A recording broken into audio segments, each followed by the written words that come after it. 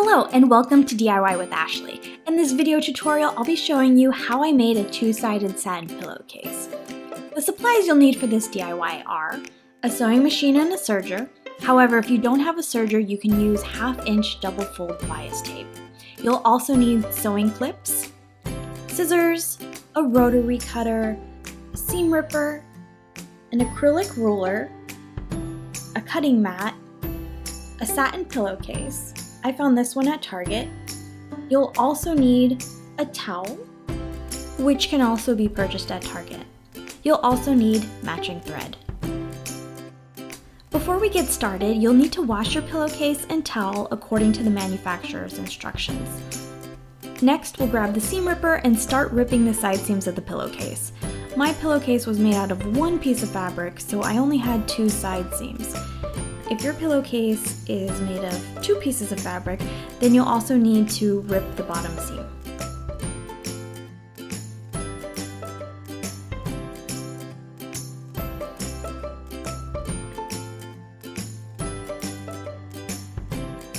Okay, so now I have my fabric all laid out. The seams are ripped and it's just one long piece, so I'm going to need to cut it in half. If your pillowcase was made out of 2 pieces of fabric, then you won't have this problem. You'll only need 1/2 of the pillowcase. I plan to make 2 pillowcases, so I'll put the other half aside for now. As you can see here, I'm using the pre-existing hem and I'm using the edge of the towel so that I don't have to do any hemming on the towel. Since my towel is larger, I'm going to need to trim it down so it's the same size as the satin fabric. Now that both pieces of fabric are the same size, you'll go ahead and grab your sewing clips and start clipping the side seams. As it turns out, I didn't cut the end of my pillowcase evenly, so I'll need to even out the bottom before I begin sewing. Sewing with satin can be tricky because the fabric likes to move around a lot. So I'm going to go ahead and sew the side seams first using a 1/2" seam allowance. I recommend sewing slowly and checking your fabric as you go to make sure the satin didn't move or get distorted. After the side seams are sewn, you could finish the edges with the serger, or you can use 1/2" double fold bias tape. If you're going to use bias tape, you'll want to go ahead and attach it after you've sewn all the edges of your pillowcase. While using your serger, make sure you go slow and check to make sure the serger is catching both pieces of fabric.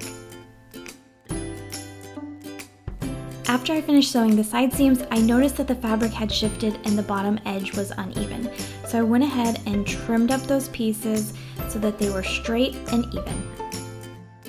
You can go ahead and sew the bottom using a 1/2" seam allowance and finish your edges using a serger or by adding bias tape all around the edges. Go ahead and tie a knot at the end of your serger thread and grab a hand sewing needle so you could feed those threads back through the side seam. Once you're done, go ahead and cut off any excess. Thank you so much for watching this video. I wish you all sweet dreams and fabulous morning hair. If you enjoyed this tutorial, please give it a thumbs up and don't forget to subscribe and hit the notifications bell so you don't miss future videos. Thanks again for watching, and I'll see you next time.